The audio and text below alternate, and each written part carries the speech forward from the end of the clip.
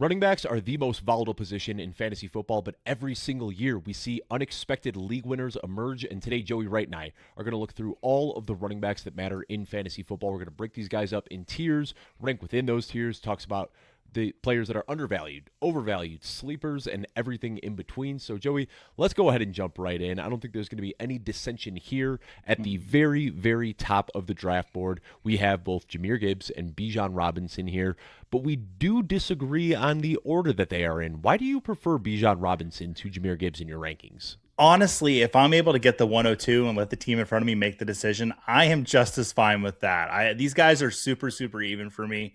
It really just comes down to, I think the Falcons are a little bit more dependent on Bijan and his talents than the Lions are with Jahmyr Gibbs. Bijan did have 42 more touches last year than Gibbs, and that's the kind of hair that I'm needing to split at this point with these two guys. They're relatively very even for me.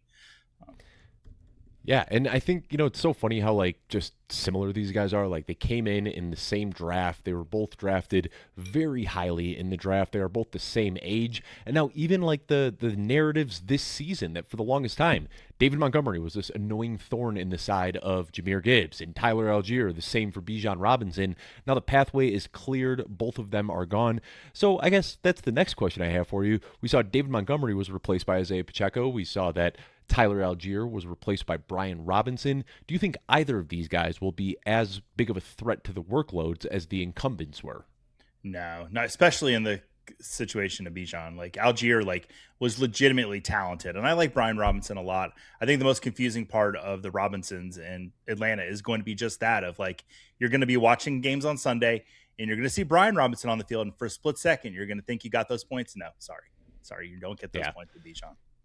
And I'm going to tell you, it's going to be really tough when you're in your draft this summer and you take Brian Robinson in round 12 to say, I can't believe you guys let me get B. Robinson from Atlanta in the 12th round. Don't be that guy, all right? Don't be the guy taking the low-hanging fruit on that one. But, hey, we're going to talk about all these other tiers. Before we do that, though, be sure to give us a thumbs up. And, of course, if you've got anything to add to the show at any point in time, whether it be right now or later in the episode, let us know in a comment. If you've got any questions, we will respond to all of those questions.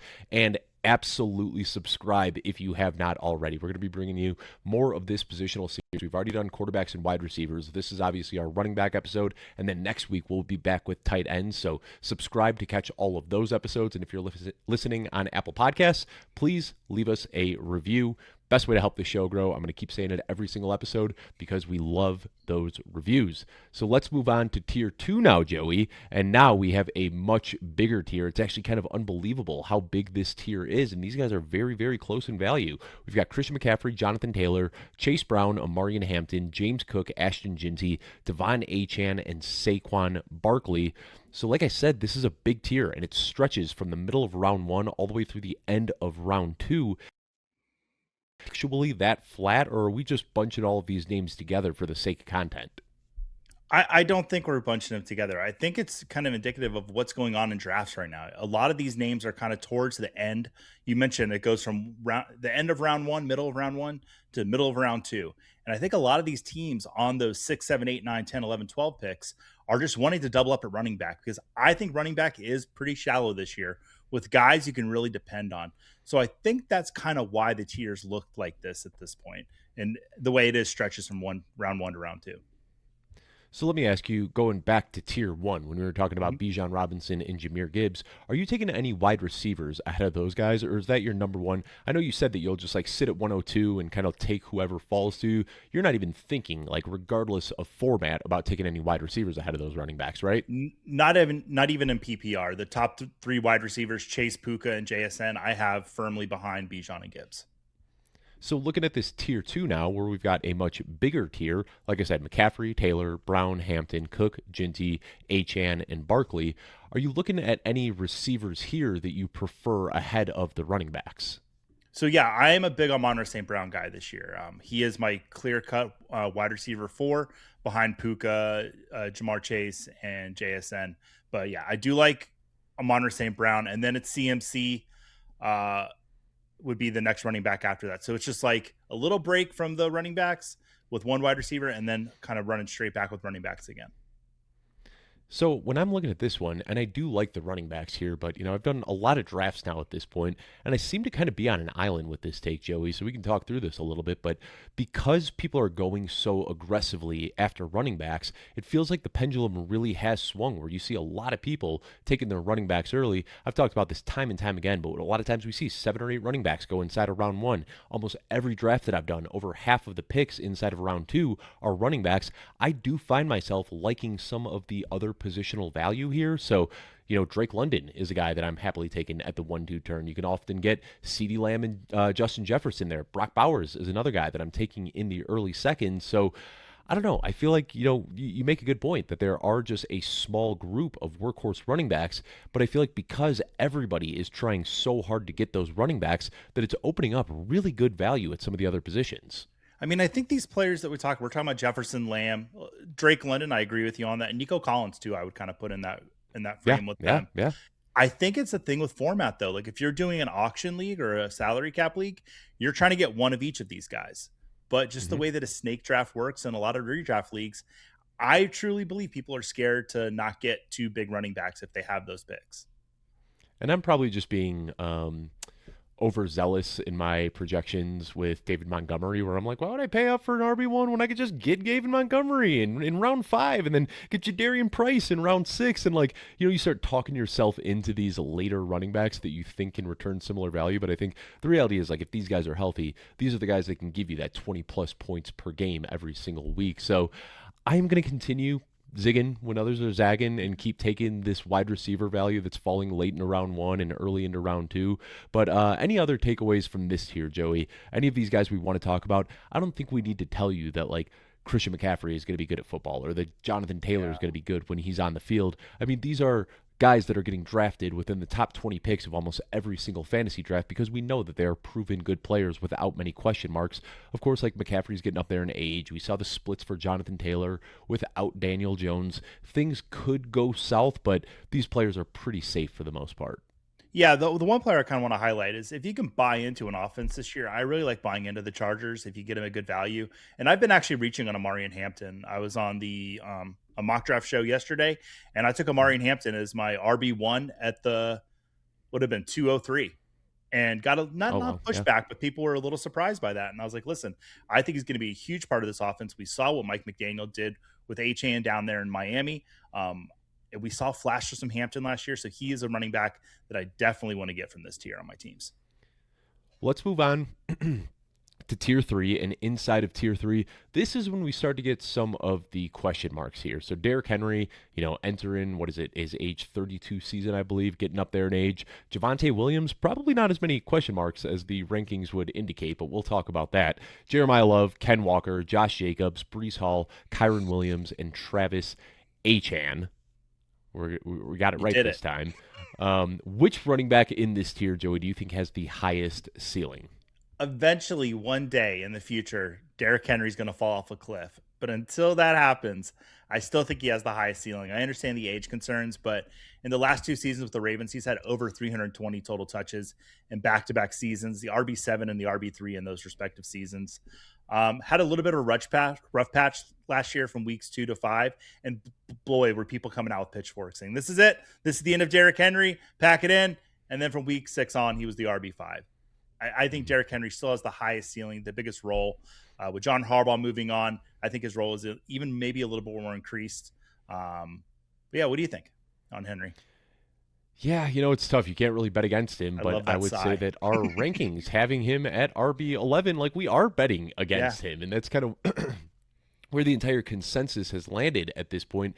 And it's tough to move him up just because when you look at the players that we have ranked ahead of him, Saquon Barkley, a few years younger, Devon Achane, much younger, Ashton Jinty, much younger, James Cook, Omarion Hampton, Chase Brown, like, these guys are all on the right side of the age curve where Derrick Henry isn't. So I think everybody knows the risk that you're taking when you draft Derrick Henry, that the wheels could potentially fall off. But this is a guy who just, like, you look at him, he gets bigger every single year. I don't know if you saw that clip going around that the Ravens shared on social media a couple of weeks ago, where he looks like a defensive end. Like, he's gigantic. He just gets bigger and stronger every single year. So Something else that Jeff Bell and I have talked about a little bit this offseason is that he is really kind of getting close on that all-time rushing record. One good season here, and then it is very attainable if he can just kind of patchwork it together over the next few years after that. So I'm sure that is on his sights as well. I'm drafting Derrick Henry, especially with where he's going at the 2-3 turn. But it's just scary investing a high draft pick on a guy who, like, you're literally betting on him to be a historic outlier when you draft him there, but that's what he's been for the last half decade, is a historic outlier. Yeah, one more thing on Derrick Henry. It's a fun little like trivia fact, really, is last year in the championship week he had 45 points. There were only 10 running backs in the fantasy playoffs last year that had over 45 points, and Derrick Henry did it in one game. So, I don't know.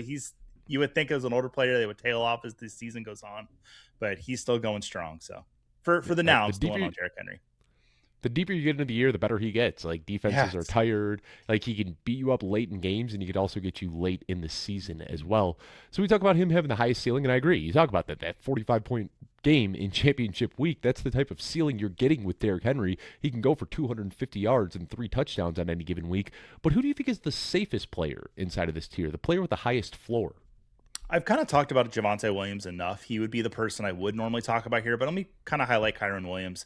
I know that you and I are kind of both in on Blake Corum. We like the talent. We like his usage lately. But even with Kyren Williams down the stretch last year, double-digit total touches, we started seeing that happen for him in week 7. During that stretch, averaged 18 touches a game, or just under 14 fantasy points for Kyren Williams. So even when Blake Corum, once week 7 started, and he was getting those double-digit touches, Kyren Williams is still giving you good fantasy production each and every week, even with a reduced workload, which wasn't really that much reduced. So I think Williams is very, very much still safe. I get what you're saying, and I just can't talk myself into Kyren this year. I think that the cat is kind of out of the bag with Blake Corum. We don't have like a major dissension here. Like, we've only got a 2-spot difference, but 2 spots at this point in the draft in round 3. And then I also prefer some of the wide receivers there as well. Like, I just haven't been getting Kyren Williams. He seems like he's going about a round 2 early for me. And I think my major fear here is just that Blake Corum is good. And like, this was a player that I really liked. His rookie season, he was coming off that big knee injury and didn't really do too much. But I think last year they saw that he was healthy. He had a lot of juice. He looked really good in the limited opportunities. So I think that they could be headed towards more of a timeshare here, and that's what scares me. I get what you're saying, and I think that floor is why a lot of people are drafting him. But yeah, I still just can't help but think that Blake Corum is a guy that's going to be a lot more involved than we imagine. And that's really the only major dissension we have here. Well, that and Kenneth Walker, but we've talked about Kenneth Walker enough on this show. Yeah. I don't know if you want to open that can of worms today, if you just kind of want to gloss over it. I know you are a little bit lower on Kenneth Walker, but I think that you got a good take and a good reason for it. No, and I still believe that it's the workload with Andy Reid. I just don't know if he's going to get a full workload like people are expecting.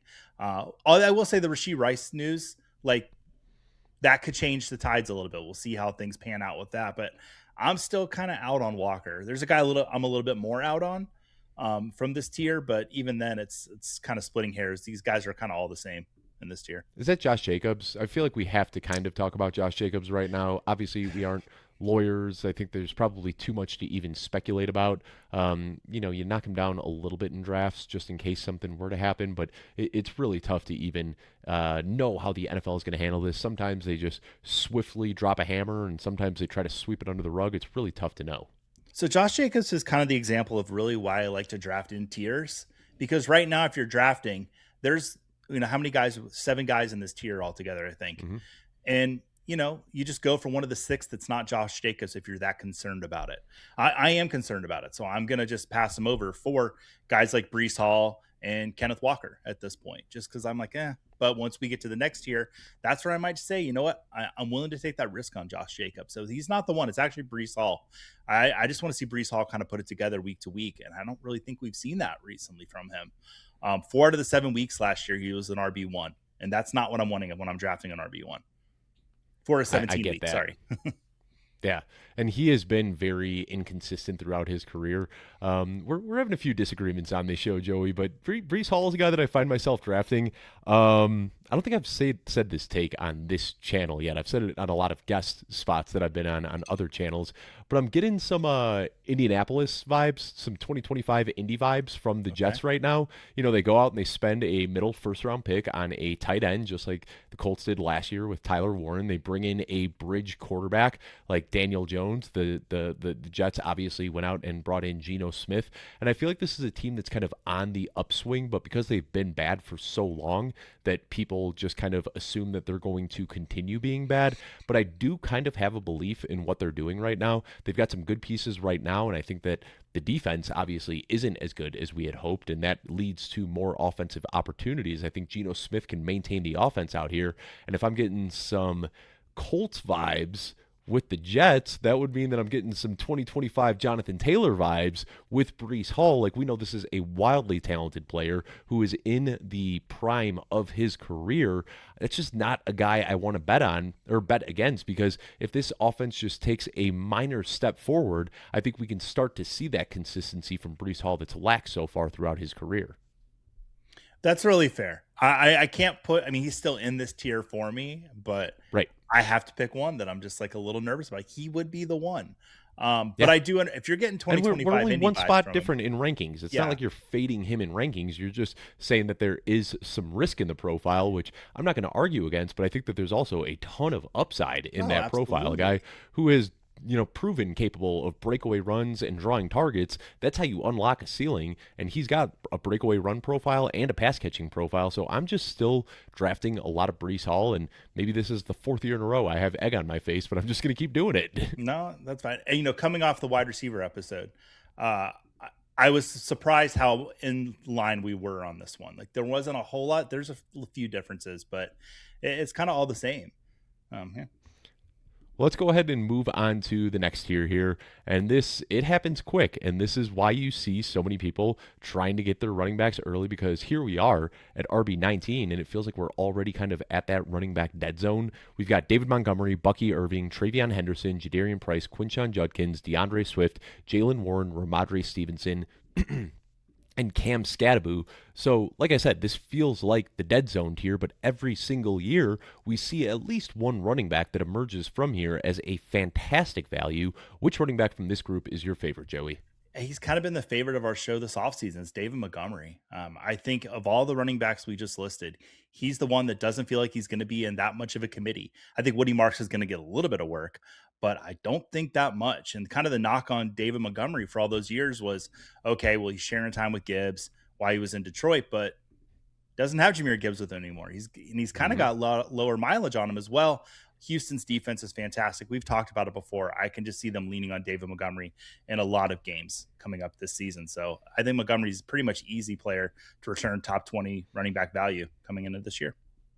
Yeah, and I feel like we can talk about Montgomery again, but we get a lot of repeat listeners on this show. A lot Mm-hmm. of our subscribers come back and watch all these episodes, and they're probably just sick of hearing about David Montgomery. But, Yeah. we also put our money where our mouth is. Like, you go back and you watch these NFFC drafts that we've been doing on Tuesday nights.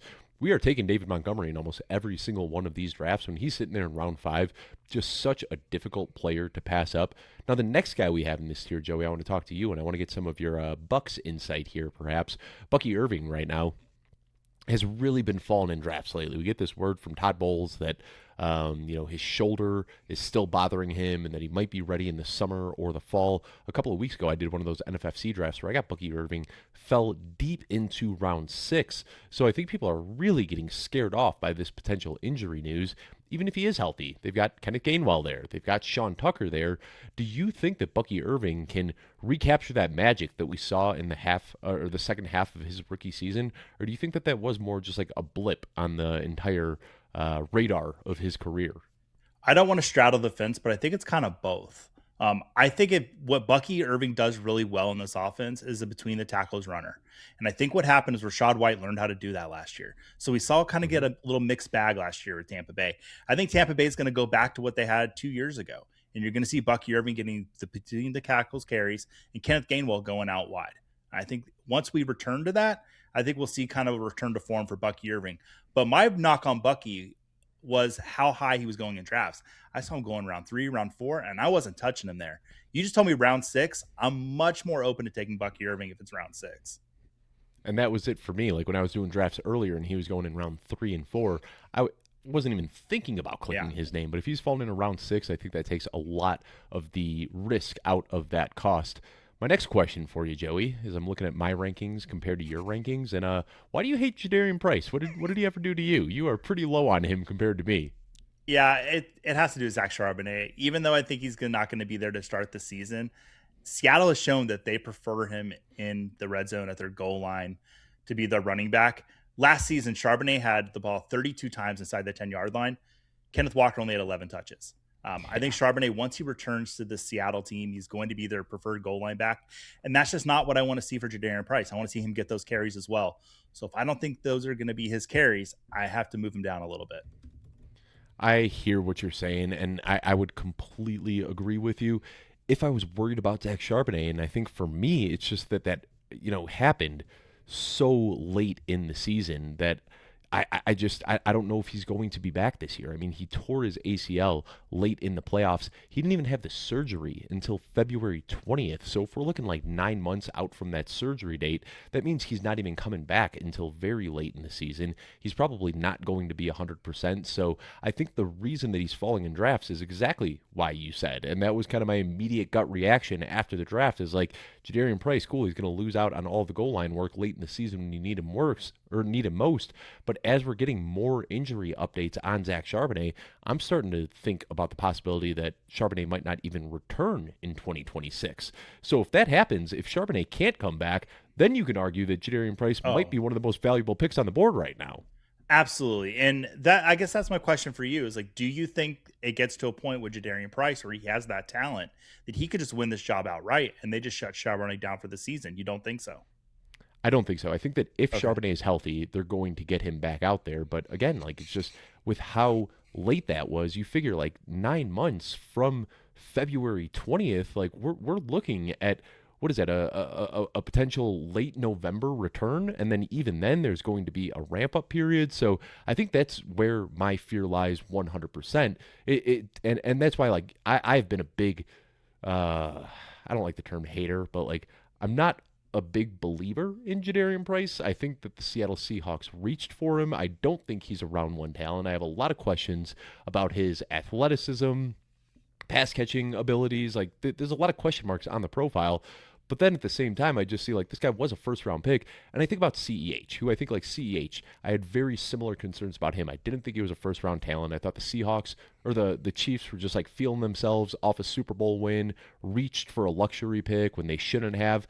But even that season, CEH was still the RB22 in fantasy. So like the opportunity is there. Sony Michel, who like did nothing with the Patriots, For the still name. gave us a top 24 season his rookie year. I feel like when these guys get drafted in round one, they get opportunity, whether it's deserved or not. Sigmund Bloom said it best so succinctly. He said first round picks have to prove that they're bad, while the rest of the league has to prove that they're good. And I think that's it. Jadarian Price was drafted in round one. They think he's good. They're going to give him that opportunity, and it's probably going to take him a full year to lose it if he's going to. That's really fair. I like your insight on this. I had never heard that the first round running backs had to prove they're bad.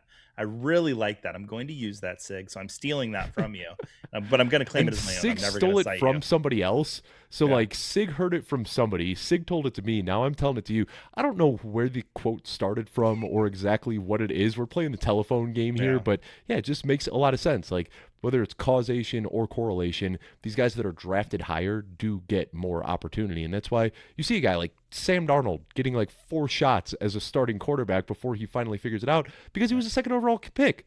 And that pedigree kind of sticks with these players throughout their NFL careers. But one more question I have here, Travion Henderson. This is another one that we have a little bit of a divergence in. Nothing crazy, but you prefer Travion Henderson to me. And I'm just wondering what you saw from his rookie season that helps you still keep that hope. Yeah, I think for me, it's just when we saw those two 27-point games when Ramondre Stevenson was out, we saw the spark of like, oh man, look what this guy could be. And I think what I'm banking on that this low in a draft, I can take a little bit of an upside swing and just hope that there's a bit of a baton passing, But as they were going down the stretch in the playoffs, it looked like this was Ramondre's job. So I would say if you're out on Travion Henderson, I'm not necessarily. I do think there's going to be a baton pass. Let your league mates draft Travion Henderson and then just wait on Ramondre Stevenson because the numbers show last year Stevenson had the workload there last year. Yeah, and I think you're probably right on this one. I do kind of forget like how good that ceiling was when Travion Henderson got a couple of games without Ramadre Stevenson. So he was still giving you like usable flex play with Hmm. Ramadre Stevenson, and then giving you elite RB1 upside without him. So I think your point there was enough for me to just bump Travion Henderson up just a couple of spots in my rankings because I was a huge fan of the prospect, and I don't want to. I talk all the time about like how frustrating impatience is in fantasy football and dynasty football, that people are willing to move off of these prospects quickly, and I should probably have a little bit more hope there. I don't know, man. Maybe it's like 20 years of playing fantasy football and like you don't trust Patriots running backs. And I Yeah, know like that's Belichick isn't there anymore, but like it's still just like ingrained in your heart that like it feels like Belichick's spirit is still looming in Foxborough with Vrabel and McDaniel and all these other guys there, that I just still feel weird trusting a Patriots running back. so many Stephen Ridley games that I just started in the wrong weeks. Like so many, Uh huh. so many. So yeah, I'm there with you. Uh huh. But I mean, Travion did give us double-digit fantasy points week 9 through the end of the season, and pretty much every appearance. So like it wasn't 20-point games, but you know, 11, 10 points. That'll bridge it. But in an RB1, it's definitely not what you want. But in a high upside RB2 that might get the baton passed to him, he's somebody that I do like a little bit. Let's move down to tier 5 here, and this is another fairly big tier. We've got Bashal Tutin, RJ Harvey, Kyle Monangai, Chuba Hubbard, Tyrone Tracy, Blake Corum, Tony Pollard, Rashad White, and J.K. Dobbins. So, Joey, I think when a lot of people look at this tier, they say this is kind of the depth tier. Like, these are the guys that you want on your bench. You kind of want to take a wait and see approach with a lot of these guys. But then you've got your zero RB drafters, or maybe your hero RB drafters that wait really long for that RB2. So, looking inside of this tier, is there anybody that you would be comfortable plugging into your week 1 lineup? We highlighted him on the good start. The players that could get off to a fast start, and Yeah. that's Tony Pollard. Week 1 he gets Hmm. Arizona. They allowed 28 fantasy points per game last year, and then the next 3 weeks, all those teams allowed at least 23 fantasy points to opposing running backs. I think you can start your season off with Tony Pollard. Something I've been liking doing in drafts is grabbing Tony Pollard around 7 or 8, and then go ahead and getting Zach Charbonnet or Nick Singleton to pair with him, because I think Pollard's going to have a good start, but I'm a little worried once we hit week 7, week 8, what it's going to look like there in Tennessee. Yeah, especially on the last year of his deal, 29 years old. They might just be comfortable running him into the ground, knowing that they have Nick Singleton there waiting to take that opportunity for the rest of this year or going into next year. So I like that. Also, Tyrone Tracy, talked about him as one of the guys with a very nice early season schedule, especially Scattaboo. If he's not 100%, we can see that usage scale tipping in Tracy's favor a little bit. So Tracy is another guy that I think can be usable as an RB1 in week 1. Now, staying with this tier, is there a player that is just completely off your draft board? Like when you're looking at this tier, just saying like, no, I am not going to end up with this guy in any drafts, and I'm just okay with that. Yeah, I mean, we're going to diverge big here because I think you like J.K. Dobbins a lot. And I Hmm. just think it's way too crowded in Denver. And he had a really nice start to the season last year, averaging over 16 touches and 80 yards a game. That was really nice, but I'm not sure we're going to see that towards this season with bringing in Jonah Coleman and then RJ Harvey's in his second year. I'm just hands off of him. If he falls, far enough in drafts, I would definitely take J.K. Dobbins, but going around in this tier, I'm probably looking at tight end, maybe even my quarterback at this point. Yeah, I'm always going to hold it down for J.K. Dobbins. I loved him coming into the league, and just a heartbreaking story. Like the guy has never played a full season, and like last year it seemed like he was putting it together. So I'm just going to keep betting on J.K. Dobbins, a prospect that I really like. Still shockingly young too, 27 years old, just 2 years older than R.J. Harvey. Came into the league so young and has dealt with so many injuries that we kind of forget how young he actually is. So I'm going to continue betting on him. The last thing I'll say about Jonah Coleman too, and this is just kind of a thought that came into my mind the other day because I'm not the biggest Jonah Coleman fan, and I've been pretty blunt about that on this show. And I was talking with Theo Greminger a couple of days ago and talking through this Denver backfield, and I said I think why they drafted Jonah Coleman is that he can kind of do everything. Like they didn't really have any sort of backups last year. Like all of their backups, Tyler Bidet is a pass catching specialist. Jaleel McLaughlin can only handle outside runs. So I think Jonah Coleman kind of gives them insurance at multiple spots where if RJ Harvey goes down, he can step in and be that pass catcher and be that goal line guy. And if J.K. Dobbins goes down, he can step in and handle the early down work and the between the tackles stuff. So I think that what they kind of did was insulate their backfield with a day 3 pick that's a very versatile player. So I don't even know if Jonah Coleman's going to be that involved. I think we're going to see a similar J.K. Dobbins, RJ Harvey split to what we saw last year. And then Coleman is there to step up if either of them goes down. And I feel like given what we've seen from both of these guys, J.K. Dobbins and RJ Harvey, you do want to have that insurance policy behind them because neither of these guys is really the poster child of staying healthy. Yeah, let me ask you a question. When it comes to J.K. Dobbins, one thing that would change my opinion on him is if he was traded, or if RJ Harvey was traded. Do you think we're starting training camp now, but as we get further and further closer to the season, we just saw the Josh Jacobs situation happen. Do you think J.K. Dobbins could be a player that the Broncos would send away, or RJ Harvey for that matter? I don't think so. Okay. Just because Sean Payton seems to really, really like J.K. Dobbins. Like, if you remember last offseason when he initially signed there, he was one of the later signings in free agency. Like, it didn't happen in March. It happened later in the summer. And they said that J.K. Dobbins came out here, like, spent a few days in Denver, was, like, going out to dinners with Sean Payton. And then the city of Denver has really embraced J.K. Dobbins as well. He's talked about, like, feeling the love from the fans, feeling like he found his home, feeling just, like, reinvigorated with a change of scenery. And then they brought him back on another contract here. So I do think that they really like J.K. Dobbins here. And maybe I'm a little bit biased, being in Colorado, but there are just a lot of good stories and a lot of good vibes coming out of here. Cecil Lammey, who is at a lot of Broncos practices, he was the one last year saying, like, J.K. Dobbins is the RB1 here. I know y'all are excited about R.J. Harvey, but, like, it's going to be J.K. Dobbins.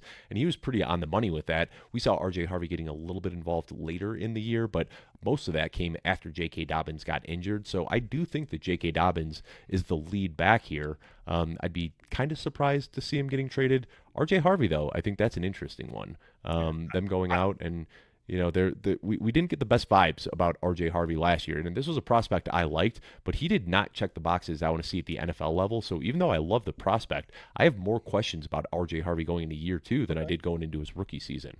I get where you're coming from with J.K. Dobbins not wanting to leave Colorado. I have a hard time leaving every time I go there, so I do get that. Well, let's stick in this tier and talk about some more because we already talked about J.K. Dobbins, who is our biggest dissension of any player here. We have an 18-spot difference in our running back rankings, but we also have a pretty big one on Kyle Monangai. You prefer him by 9 spots. So talk me through that one, Joey, because you really are planting a flag here with your Monangai rating. Yeah, from week 7 on, use the RB20. I think it's going to be a split there in Chicago, but I do think the Bears like Monangai a lot. Swift's it might be the reason I'm kind of low on Swift as well, but I see Monangai involved in this offense. This offense I think is going to be a lot more funneled now as well. With DJ Moore not there, I don't know if they're bringing anybody else in. I think they have all the pieces they need to win. I think they realize that. So RB20 for Monangai, that might be the ceiling of where I think he could finish. Because that is from a smaller sample size, but I definitely think he's going to be involved in this Bears offense this year. And I don't think we need to dig in on this one too much. I am higher on DeAndre Swift. You are higher on Kyle Monangai. And I think that's just the difference here is, like, I'm expecting Swift to handle more of the workload. You're expecting Monangai to handle more of the workload. And both of us are just guessing. Correct. But I do have Monangai behind Swift, though, even though. Oh, right. I'm just saying you're expecting. Be clear on that. Where you're probably projected more of like a 60-40 split where I'm projecting like a 70-30 split. So that's the only difference. We both prefer DeAndre Swift. You've just got them a little bit tighter in your rankings than I do. Another one I want to talk about, though, is Chuba Hubbard. You prefer him by quite a bit. And no surprise here, as I've been like the Jonathan Brooks guy. And is that you just still think that Hubbard is going to maintain that role in Carolina? No, not at all. I'm just saying if it doesn't work out for Jonathan Brooks, Hubbard's going to have a really good role. But in like 2 weeks, which is probably a good bet to make based on what we've seen so far. But if things seem very positive right now for Jonathan Brooks, his value is rising up draft boards. I would not be shocked if things keep going the way they do if Jonathan Brooks moves past Chuba Hubbard at this point. But let's say Jonathan Brooks doesn't make it back. We did see him have some good seasons though with Carolina. This is a speculative ranking based really kind of on Brooks not getting back. And now Rico Dowdle's gone. He's now with Pittsburgh. Right. So I think a top 30 RB season is not out of the realm of possibilities for Chuba Hubbard. And, I've been talking about Jonathan Brooks for years, just a huge fan of what he did at Texas and still a very, very young player. And I was on a show with Matt Kelly a couple of weeks ago, and I was talking about Jonathan Brooks being my favorite value in drafts going in like the 12th or 13th round. And I said, what's going to happen is he's going to have one good day of practice. Everybody's going to tweet about it, and then he's going to shoot up draft boards. That same day was the first day of Panthers OTAs, and you get all of the Panthers beat talking about, Jonathan Brooks looks amazing. He's just caught this screen pass and housed it for a touchdown. Jonathan Brooks looking fast as ever. I did an NFFC draft that night where Jonathan Brooks went in round 9. So, it's already happening. He's just going to keep moving up. I think my ceiling for him, like if he starts creeping into round 7, that's probably going to be a little bit steep for me just given the injury history. Mm-hmm. But I am happily packing my bags where I can with that double-digit price tag. Tyrone Tracy, another one here, and I guess this is probably my turn to justify this one. I am a lot higher on Tyrone Tracy than you are, and I've talked about this. Just a little bit concerned about Cam Scadaboo coming back, a brutal injury, and I understand that he is optimistic about his return, as he should be, and as I would expect him to be, because it's Cam Scadaboo. He's not going to tell you, like, oh, my leg hurts, I don't know. Like, he's going to say, yeah, I'm going to go out there, and I'm going to run through the entire defense on 1 foot if I have to. But I am still a little bit nervous about that injury. So for me, I've been a big fan of Tracy since he came into the league. Love the athletic profile, love the pass catching upside, love the little glimpses we've seen here. But we've also seen that he has literally dropped and fumbled the role almost every time that he's gotten it. So it is very much so a projection-based ranking for me. But I still think that we haven't seen the best from Tyrone Tracy. This was my favorite of the rankings that we had because you're 11 spots higher than me on Tracy, and I'm 7 spots higher than consensus outside of football guys. So we're both very much in on Tracy. Like yeah, we I'm both just like way in. Yeah. All the points you made, I completely agree with you on Tracy. I just think Scadaboo will be back and will be a factor in this offense a little bit more than you think he will be, and that's okay. I think we're both saying though, draft trial on Tracy this year. You know what? We're doing the show in June right now. Mm-hmm. This is a great time to plug the Football Guys training camp reports that we do, because right now we are speculating so much. Like, we think Tyrone Tracy, this is kind of how I feel, but it's a lot of feeling and thinking and guessing this time of year. Once we get into training camp, a lot of that guesswork is done. Like, we aren't wondering anymore. We're going to see, like, if Cam Scadaboo shows up to training camp in crutches or dragging his foot behind him or he can't move right, like, then we know, okay, sound the alarms. Cam Scadaboo is not healthy. Move Tyrone Tracy up the rankings. Maybe Zach Charbonnet surprises us all and shows up and he's working out day 1 of training camp. So what we do at Football Guys, we have a lot of people on staff, but we delegate every single team to one of our 32 experts, and their job is to read every single training camp report, distill all of that down into about 1,000 words, and then we even distill it down further into 5 bullet points from every single team that you need to know. I know I'm like rambling about something right now that's not even going to be out for over a month, but Joey, I say this time and time again, I truly think that it is the most valuable bit of content that you're getting in the entire industry, not just from Football Guys, from the entire industry. I mean, it is just unbelievable. So much information in there.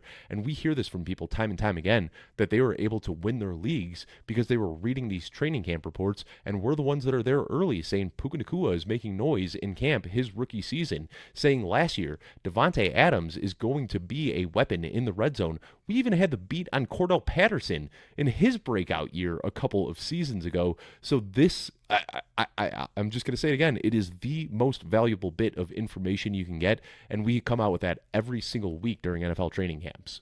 Yeah, it's not a funny thing, but at the expo every year, you'll notice on Saturdays you won't see really any Saturday afternoons. There won't be any Football Guys staffers around because they're all in their hotel rooms working on their training camp reports. So I showed off my first year at the expo. Training camp reports though, and they keep me out there to like shake hands and say hey to everybody. But everybody else is working hard while I'm down there, kissing babies and waving to all the people. Yeah, I was I forget, it's at the DoubleTree. There's that little like outdoor patio, and I found like a Yeah, shady spot under an umbrella, and I was sitting outside working, and it was funny. It's like midday, and everybody's drinking beers at the bar and whatnot, and I was just showing everybody how hard of a that's worker I am, just that's the diligently difference. writing my training camp Yeah. report at 11 a.m. on a Saturday morning while everyone else is partying in Canton, Ohio. Yeah, that's the difference. Football guys, just the cream of the crop. Just always hard working. Well, let's get to the last tier here, Joey. And there's obviously more running backs, but these are the ones that we're going to discuss today. So this will get us through RB 47. We've got Aaron Jones, Zach Charbonnet, Chris Rodriguez, Kenneth Gainwell, Rico Dowdle, Ja'Cory Cross-Merritt, Jonathan Brooks, Tyler Algier, Jordan Mason, Alvin Kamara, and Dylan Sampson. In this tier, we also have some strong dissension here, so let's talk through some of these players. J.K. Dobbins was our biggest gap. Our second biggest gap is Chris Rodriguez. I'm 15 spots ahead of you on Chris Rodriguez. So, do you want me to make my bull case, or do you want to make your Let me bear case here, Joey? let me say something off the top. I mean, this is All where right. I love doing a show with you because you know, not that we challenge each other, but it'll make me look at things from a different angle. And I was very low on Rodriguez, and I moved him up a little bit after Okay. once I was doing Yeah. prepping for the show. But I am now in a position where I will let the teams in front of me take Bashal Tutin. I'm not Yeah. extremely high on Bashal Tutin. When I looked at Chris Rodriguez, they had a similar workload last year. Rodriguez had a little bit more work, actually had a better season. So I am now kind of in the camp. If you're going to take a Jaguars running back, pass on Tutin, let somebody else in your league take him, and then take Rodriguez in the 10th round instead of Tutin in the what is it at the 5-6 turn. Five, That's just six way usually. too Yeah. crazy high on value. So I'll take Rodriguez in the 10th. So I've moved a little bit on this, but I'm still not as high the 15 spots. Yeah, and Chris Rodriguez, there's a lot of narrative that goes into this, but like I am just a big fan of the player. Quietly had like one of the most efficient profiles in the NFL last year. Like he was top 5 in success rate, breakaway run rate, missed tackles forced. Like he was elite in efficiency last year. And then also I can't help but think about this connection with Liam Cohen, that Liam Cohen was the offensive coordinator at University of Kentucky when he was playing there. And then when Liam Cohen had to go back 2 years later, back to Kentucky and coach without Chris Rodriguez, he talked about how hard it was going to be and said it wasn't scheme or anything like that that was making Chris Rodriguez look good. When he'd go out there and pick up 4 yards, that was just him doing it on his own. Then you've got James Gladstone has just been gushing about Chris Rodriguez, saying that this guy can do things on a field that only Superman can do. So, I mean, there are just good vibes coming out here. You've got the connection with the offensive coordinator. You've got him coming off a strong efficiency season. And then Bashal Tutin, I think the athleticism is exciting, but fumbles the ball a lot, doesn't have the best vision. Like there's still some problems with actually playing running back here. So I think we could kind of live in this world where Chris Rodriguez is the lead back and he's getting all the goal line work. LaQuinn Allen is getting all of the passing down work. And Bashal Tutin is just getting a lot of low calorie touches, kind of getting in the mix here. So we talk mostly about the players that we like more than the players that we dislike, but I think Bashal Tutin is one of the worst picks on the board right now, given his ADP, and I will gladly take a lot of Chris Rodriguez later in my drafts. But what about Alvin Kamara? This is another one that I prefer, and I should probably be the one justifying it here because I know I'm well ahead of consensus on Alvin Kamara. And to me, it's just like when I'm getting late in drafts and I'm looking at the players available, I'm like, Alvin Kamara's name should not be this far down here, and I just find myself drafting him a lot. He's somebody that I would love to see get traded because I think this is a Chan. I did it right, folks. A Chan's backfield now. We're now seeing 2 seasons in a row now that Kamara's not been able to finish the season out there for the Saints. Fair. He sort of simmered out last year. He's missed 9 games the last 2 seasons. It's a durability thing with me. I mentioned with Derrick Henry, like I'm not afraid of when he's going to fall off the cliff. I'm afraid maybe Kamara has fallen off that cliff and we just haven't accepted it yet. That's fair, yeah. And I think my hope here is that one, like we've seen Kellen Moore is willing to split the backfield when he's got 2 talented backs. So I think that we could see Kamara working in a little bit. But my real hope here is that there's a trade or a release, something that allows Kamara to get into a better situation. I know last year he had that soundbite saying like, you trade me, I'll be drinking pina coladas in Mexico. I don't know. Maybe he's changed his tune a little bit, but we'll see how that turns out. Let's talk about Rico Dowdle. This is another one, Joey, that we have a pretty strong dissension on. I have drafted no Rico Dowdle this year. You are 11 spots higher on me. I have a very small view on this that I'll get to. If you want to make your case first, I'll tell you why I am out on Rico Dowdle after that. Yeah, last year we saw the Steelers produce two top 24 running backs with Kenneth Gainwell and Jalen Warren. And the role that Dowdle's going to kind of walk into, I'm hoping, is to get some of that passing downs work now that Kenneth Gainwell's not there. But I think this is an offense that could produce two, I'll say, top 30 running backs. So that's my argument for Dowdle. We've seen him work well in a timeshare before. He was the RB23 last year. We're getting down to a point where it's difficult to be like, oh, this guy can lead your fantasy Right. team. But in a flex spot, I think Rico Dowdle could definitely fill in for you. Yeah, and this is one where, normally I feel pretty good about my fades. This is one where I feel like a little bit exposed, not having Rico Dowdle. Like it's a scary spot to be in because we know the connection with Mike McCarthy.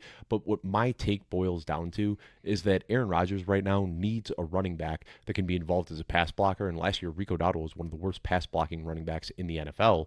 So that's why we saw Caleb Johnson couldn't get on the field because he couldn't pass block either. And that's why we saw Kenneth Gainwell, one of the best pass blockers in the NFL, was out there consistently. Jalen Warren is a fantastic pass blocker as well. So I think that what we can see from Rico Dowdle is him coming in on obvious rushing downs and handling a lot of the early down work. But I do worry that a lot of the passing down work is going to go Jalen Warren's way. And if we're looking at Rico Dowdle just getting touches on early downs, that scares me a little bit. And then on top of that, you also get Aaron Rodgers. I don't know if there's anybody in NFL history who likes padding his numbers the way that he does when he gets near the goal line. Like he's going to throw up 50-50 balls to DK Metcalf rather than handing the ball off to Rico Dowdle. So I feel like the path for relevance here for Rico Dowdle, if he's not getting passing down work and there's going to be limited goal line opportunities, I worry where the upside here is. But then I look historically and like, what, he had 49 targets, I believe? Yeah, 49 targets in that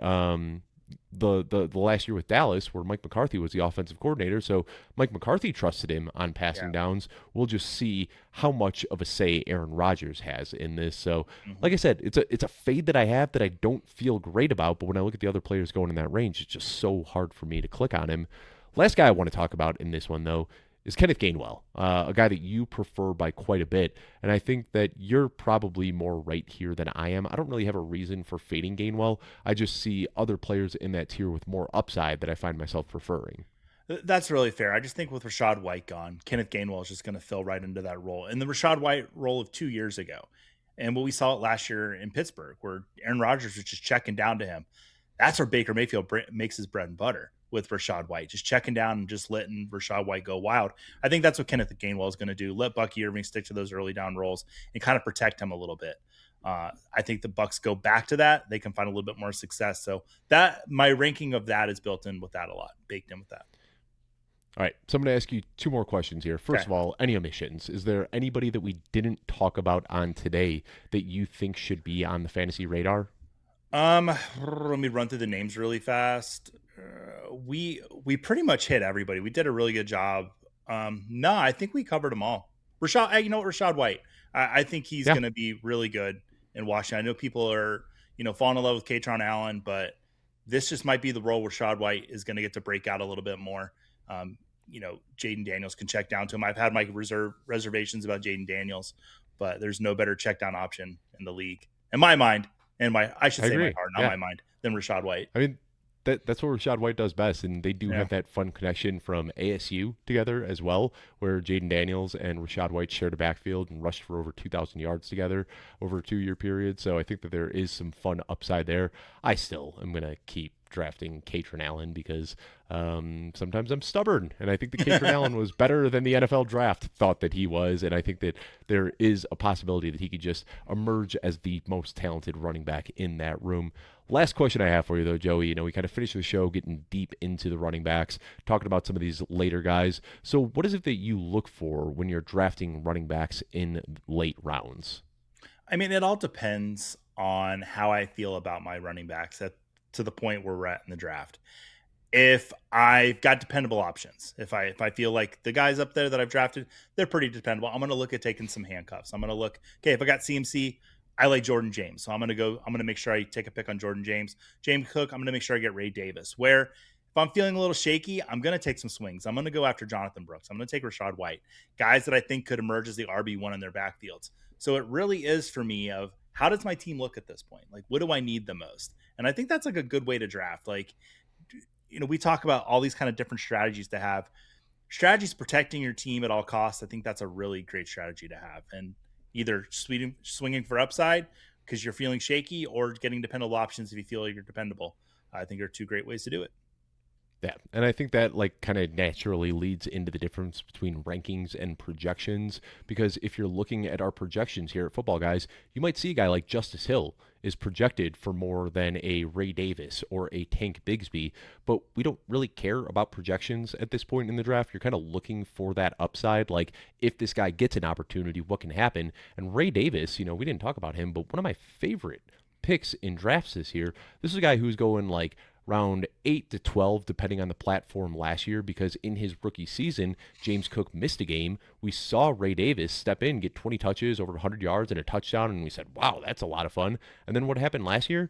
James Cook stayed healthy.